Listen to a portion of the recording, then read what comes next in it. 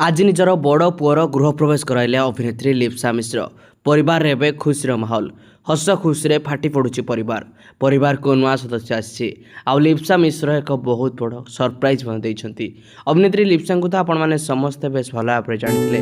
ଲିପ୍ସା ମିଶ୍ର ବିବାହ ପରେ ନିକଟରେ ମାଆ ବନିଥିଲେ ଏବଂ ଏହି ଖବରଟି ସେ ସମସ୍ତଙ୍କୁ ଜଣାଇଥିଲେ। ଆଉ ପରିବାରକୁ ଏବେ ହସ ଖୁସିର ଲହରୀ ଖେଳି ଯାଇଛି। ପରିବାରରେ ଯେତେବେଳେ ନିଜର ପୁଅର ପ୍ରବେଶ କରାଇଛନ୍ତି ଏବଂ ନିଜ ଘରକୁ ନୂଆ ସଦସ୍ୟର ଏଣ୍ଟ୍ରି କରାଇଛନ୍ତି, ସେତେବେଳେ ପରିବାରରେ ଚାଲିଛି ସେଲିବ୍ରେସନ୍। ତେବେ କେମିତି ଭାବରେ ଲିପ୍ସା ନିଜ ପୁଅର ଗୃହପ୍ରବେଶ କରାଇଛନ୍ତି ସବୁକିଛି ଦେଖିବାକୁ ପାଇଯିବେ ନିଶ୍ଚିତ ଭାବରେ ଆଗକୁ। ତା ପୂର୍ବରୁ ଆପଣମାନଙ୍କ ମଧ୍ୟରୁ ଯେଉଁମାନେ ପ୍ରକୃତରେ ଅଭିନେତ୍ରୀ ଲିପ୍ସାଙ୍କୁ ତାଙ୍କର ଅଭିନୟକୁ ବେଶ୍ ପସନ୍ଦ କରନ୍ତି, ନିଶ୍ଚିତ ଭାବରେ ଭିଡ଼ିଓକୁ ଲାଇକ୍ କରିବେ।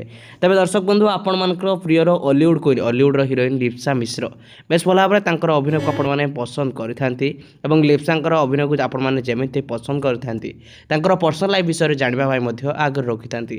ଆଉ ଲିପ୍ସା ମିଶ୍ର ନିକଟରେ ମାଆ ବନିଥିଲେ। ଲିପ୍ସାଙ୍କ ପରିବାରକୁ ଆସିଥିଲା ନୂଆ ସଦସ୍ୟ। ହସ ଖୁସିରେ ଫାଟି ପଡ଼ିଥିଲା ପରିବାର ଏବଂ ଆଜି ସେ ନିଜ ପୁଅକୁ ନିଜ ଘରକୁ ଆଣିଛନ୍ତି। ନିଜର ଗୃହପ୍ରବେଶ କରାଇଛନ୍ତି, ଡେକୋରେସନ୍ କରିଛନ୍ତି, ନିଜ ପୁଅକୁ ଗ୍ରାଣ୍ଡ ୱେଲକମ୍ କରିଛନ୍ତି। ଅଲିଉଡ଼ର ଅଭିନେତ୍ରୀମାନେ ମଧ୍ୟ ତାଙ୍କ ସହ ସାମିଲ ହୋଇଛନ୍ତି। ଲିପ୍ସା ମିଶ୍ର ଆଜି ବେଶ୍ ଖୁସି ଥିବାର ନଜର ଆସିଛନ୍ତି। ତେବେ ପରିବାରର ନୂଆ ସଦସ୍ୟକୁ ସ୍ୱାଗତ କରି ସେ ନିଜ ପୁଅର ନାମକରଣ କରିଛନ୍ତି। ତେବେ ଆପଣମାନେ ଲିପ୍ସାଙ୍କ ପୁଅର ନାଁ କ'ଣ ରଖିବାକୁ ଚାହୁଁଛନ୍ତି, ନିଶ୍ଚିତ ଭାବରେ କମେଣ୍ଟ କରି ଜଣାଇ ରଖିବେ। ତେବେ ଆପଣମାନେ ସମସ୍ତେ ଲିପ୍ସାଙ୍କର ଅଭିନୟକୁ ଯେମିତି ପସନ୍ଦ କରିଥାନ୍ତି, ତାଙ୍କର ଫିଲ୍ମକୁ ମଧ୍ୟ ଭଲ ଭାବେ ଦେଇଥାନ୍ତି। ତେବେ ଏହି ସୋସିଆଲ ମିଡ଼ିଆରେ ମଧ୍ୟ ତାଙ୍କର ମିଲିୟନ୍ସରୁ ଅଧିକ ଫଲୋଅର୍ସ ରହିଛି। ତେବେ ତାଙ୍କ ପରିବାରକୁ ନୂଆ ସଦସ୍ୟ ଆସିଛି।